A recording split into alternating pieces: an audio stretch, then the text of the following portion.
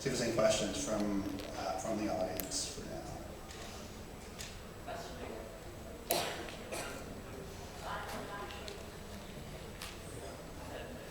From Jasper Wireless, and I've got two questions. There's a lot of talk about the utility of push notifications. So my first question is, how do you monetize push notifications? And my second question is, in a world of cross-media analytics, who are going to be the purveyors of those cross-media, complete, full view analytics? Is it going to be the Google? Is it going to be Google? Is it going to be the operators? I'll take the first one. Yeah. She allowed two questions, by the way. So how do you monetize push notifications? So it's actually a violation of Apple's terms of service to try to use push in a marketing scenario. So if you read their terms of service, you'll find that out. Now there's gray areas that companies try to push the boundaries of around that all the time. But the reality is, think of a notification as the voice of your app. So you got to figure out how to monetize your app.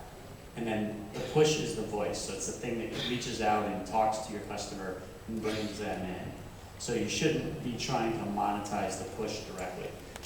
That's a source of traffic though, and that traffic then feeds into your app, and however you're monetizing that, it's like a booster, right? 400% more engagement should result in some lift in monetization because of that increased flow. So there are things where though the landing page, so push notification opens up to a landing page, it's kind of free game what you do on the landing page. I mean, you wouldn't want to do something that tricks your user because they wouldn't like that and they delete your app, but you could have banners and things on the landing page to directly monetize it. It's just a simple example.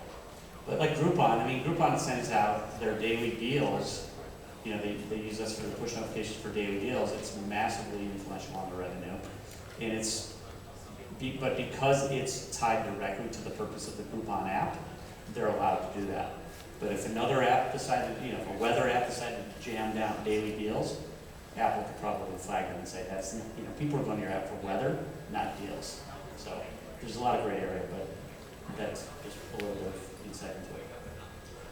Yeah, and I can touch on your second question on who's sort of the arbiter of data or the referee of this sort of cross-channel world. I would hope that it's some trusted third party who may have seen media innovation over 90 years, maybe things like television and radio and the internet. But maybe that's just me. You want to name names? I'm not going to name any names.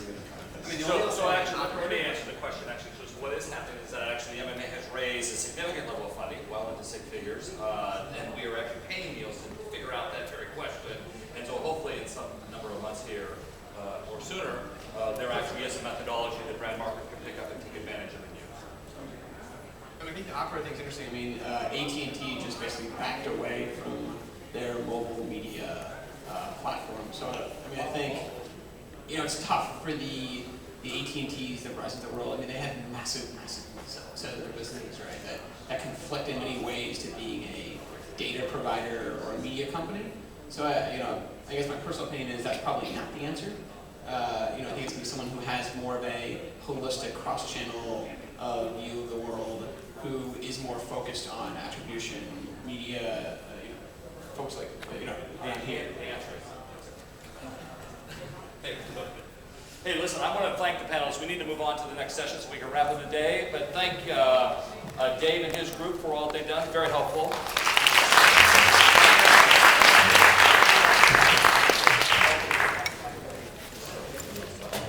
So next up, listen, what a fitting way to sort of close out the day here with our final panel. Listen, if you want to meet with a panelist, you can maybe either head to the back